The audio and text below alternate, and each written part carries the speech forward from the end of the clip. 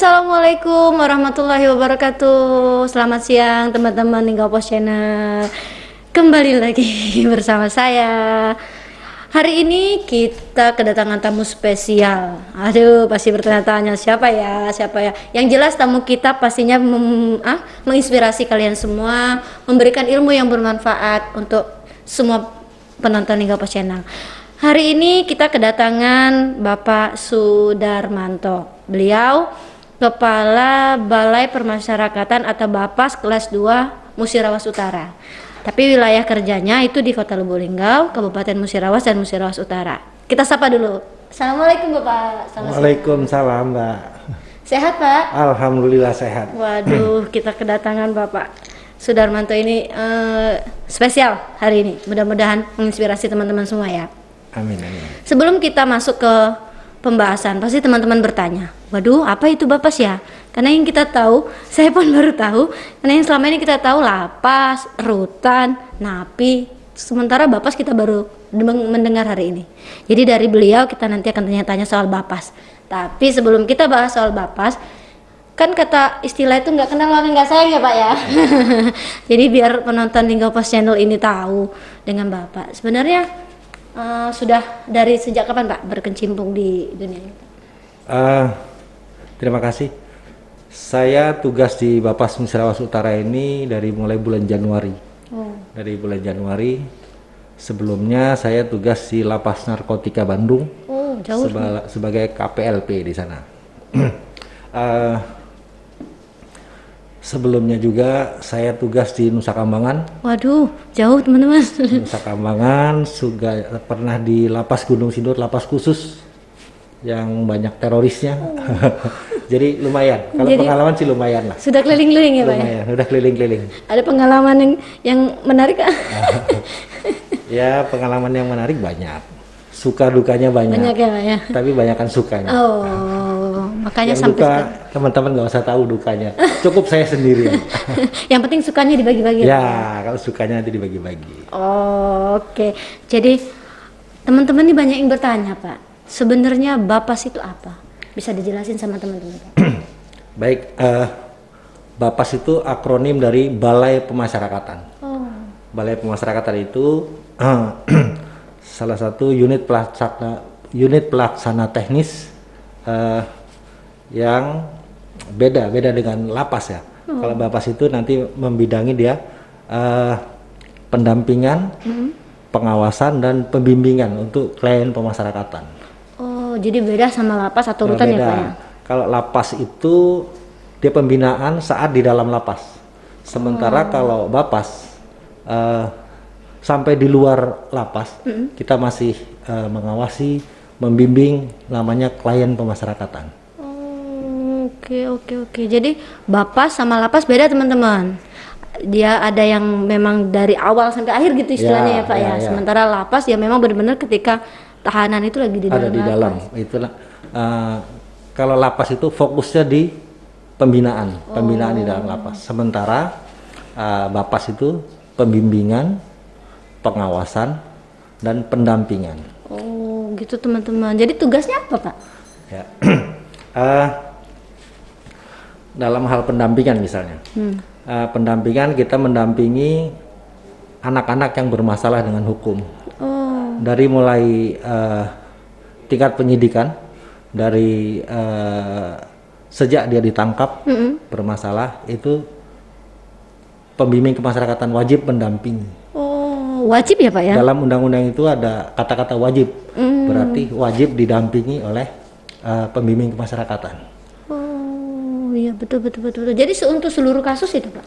Ya, untuk seluruh kasus yang melibatkan anak wajib didampingi oleh petugas Bapas. Petugas Bapas. Namanya pembimbing kemasyarakatan. Oh, makanya disingkat Bapas ya. Ya. Oh, jadi tapi selain anak-anak? Jadi sejauh ini yang didampingi di pengadilan hanya anak-anak. Karena untuk klien dewasa belum ada aturan yang mengatur sampai saat ini. Oh, nanti sampai dia misalkan sampai kasusnya inkrah gitu ya Pak maksudnya? Ya. Prosedurnya itu. Untuk pendampingan anak itu diupayakan memang diupayakan diversi namanya. Diversi itu penyelesaian masalah hukum di luar pengadilan. Itu upaya sebelum masuk ke pengadilan diupayakan diversi dulu. Oh iya ya, yang kata Bapak kalau penjara itu terakhir gitu ya Pak ya? Ya, memang untuk pemenjaraan terhadap anak itu pilihan terakhir. Jadi tahapannya itu dulu kita laksanakan sampai semaksimal mungkin. Jadi kita damaikan, ketemu kalau emang ada korbannya dikumpulkan, gitu. Oke. Jadi ketika itu teknisnya gimana Pak? Apakah memang orang tua dari si anak yang melapor ke Bapas atau pihak kepolisian atau gimana?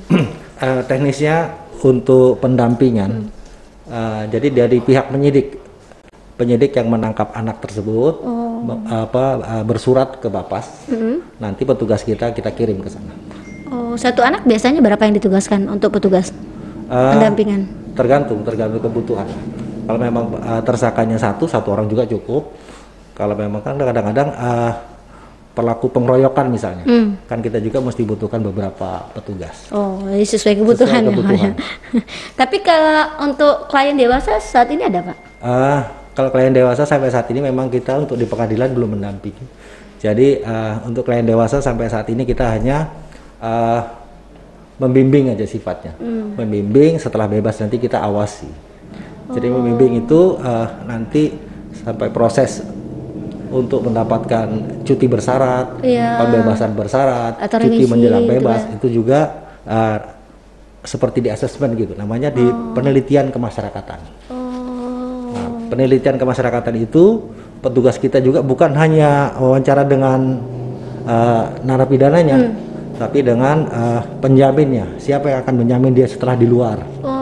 Misalnya kayak keluarga orang gitu ya? Tuanya itu harus orang tua, anak, istri. Biasanya gitu kan.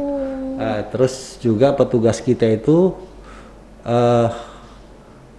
ke lingkungan masyarakatnya juga, misalnya aparat desanya, kelurahan, itu juga kita mintain keterangan. Jadi dengan harapan nanti setelah keluar itu bisa membantu kita untuk mengawasi.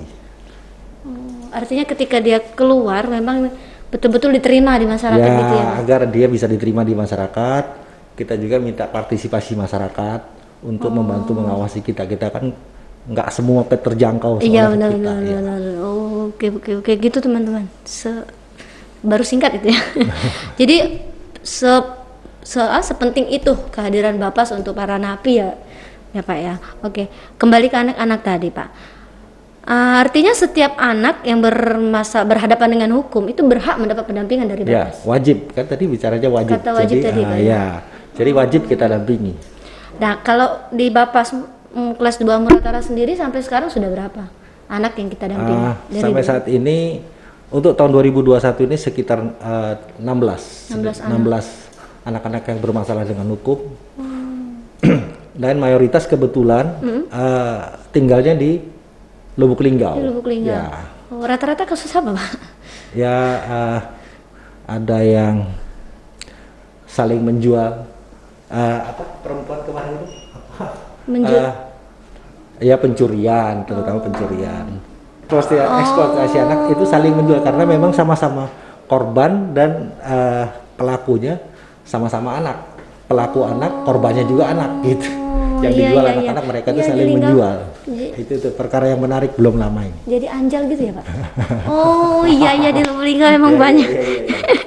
Di Lubuk Linggau memang banyak. Jadi Pak, Bapas ini programnya apa ke depannya ini Pak? Program ini? Ke depan.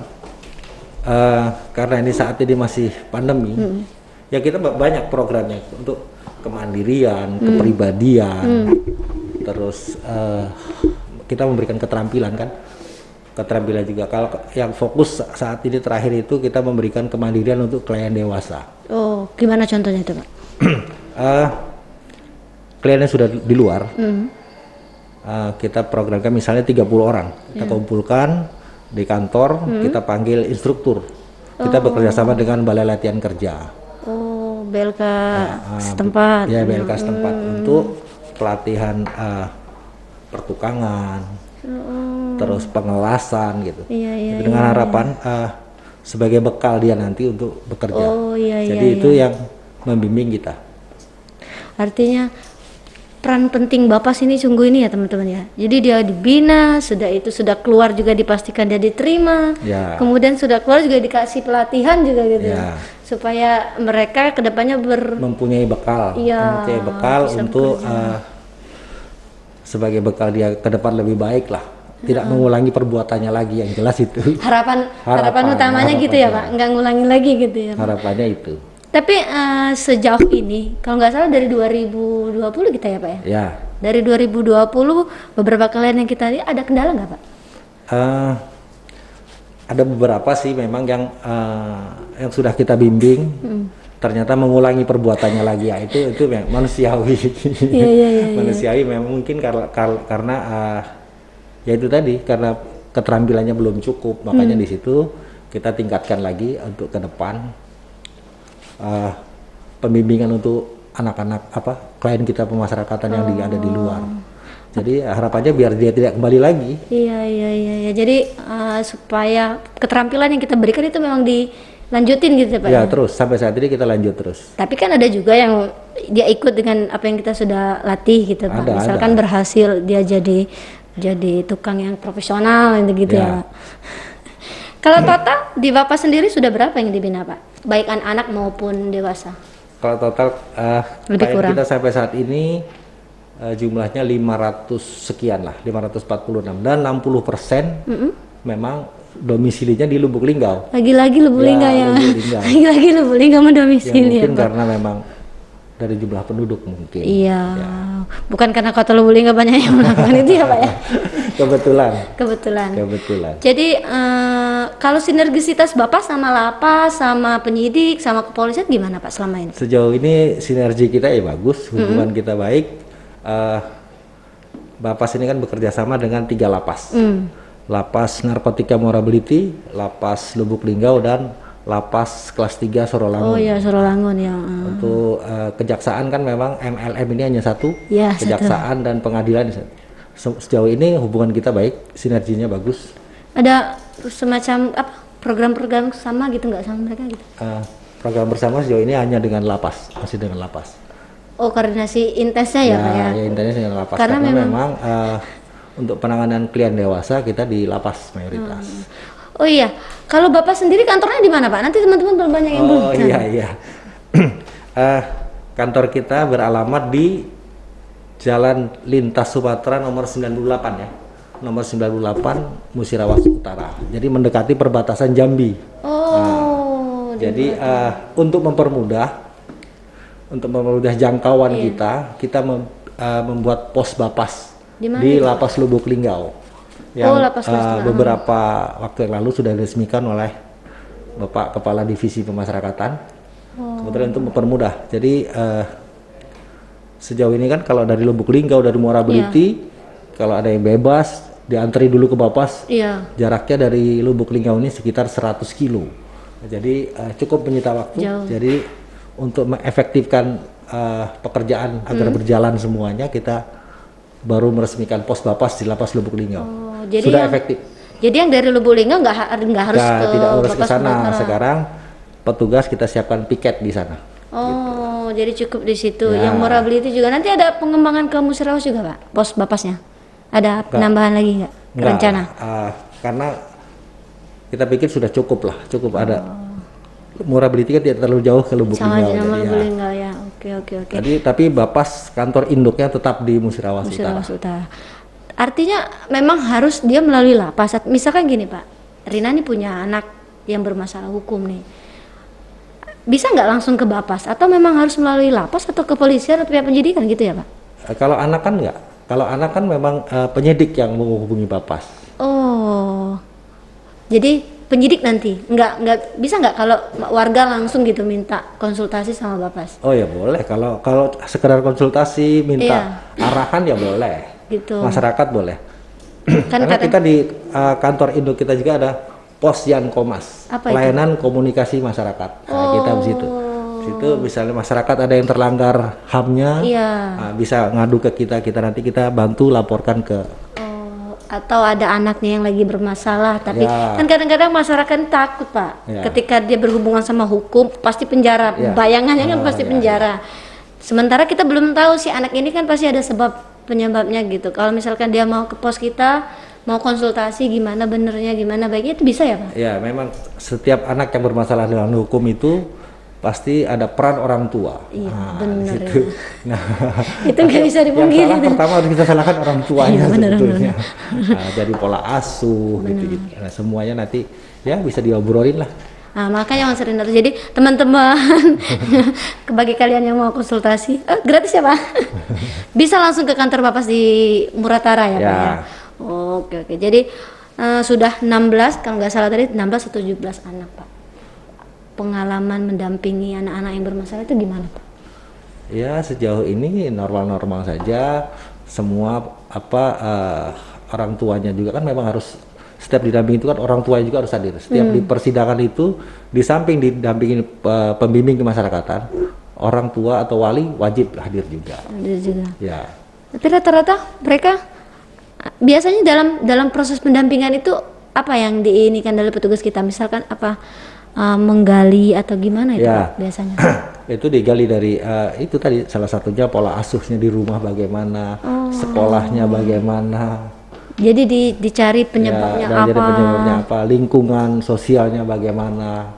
Itu semua dituangkan dalam satu seperti tulisan itu namanya penelitian kemasyarakatan. Nah, itu petugas kita membuat itu sebagai bahan pertimbangan hakim untuk memutus anak itu nanti bagaimana. Oh, nanti penelitian kita itu tadi yang petugas tadi nanti di Oh iya, itu wajib. Hakim wajib mempertimbangkan hasil tulisan dari petugas pembimbing kemasyarakatan.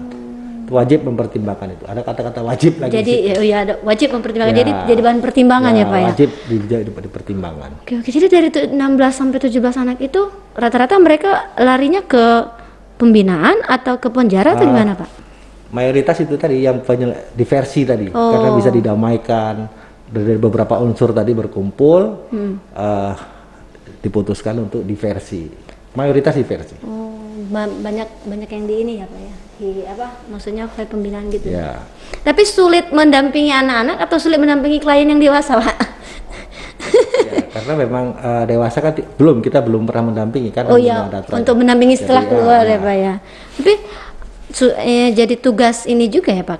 Kalau kita bicara klien dewasa, jadi tugas kita juga bagaimana si klien ini bisa diterima. Ya, itu aja. Itu namanya nanti pembimbing. Kita bimbing dia, kita dikasih keterampilan agar ketika dia kembali ke masyarakat bisa diterima. Jadi apalagi Pak nih selain mendampingi anak-anak tadi sudah itu ada mendampingi klien yang sudah dewasa ketika sudah keluar, ada lagi posyakum tadi apa ya? Ada apa lagi program dari Bapak nanti? Ya memang tupoksi Bapak ya memang itu pengawasan, pendampingan dan pembimbingan, itu aja memang kita fokusnya di situ. Fokusnya di situ. Oke gitu pemirsa. Pemirsa, begitu teman-teman. Jadi kalau yang selama ini belum tahu apa itu Bapas, apa itu fungsi dan tugas Bapas, hari ini jelas ya.